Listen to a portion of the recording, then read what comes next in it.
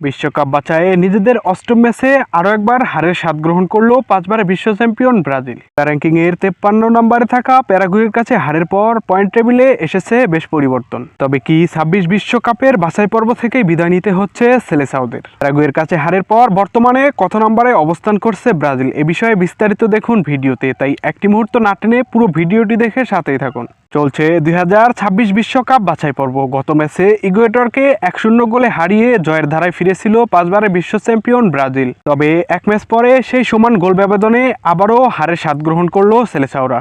আজ 11 সেপ্টেম্বর বুধবার সকাল 6:30 প্যারাগুয়ের বিপক্ষে মাঠে নেমেছিল ভিনিসিয়াস রদ্রিগোদের নিয়ে সাজানো ব্রাজিল শুরু থেকেই আক্রমণ ও বল দখলে মনোযোগী ছিল।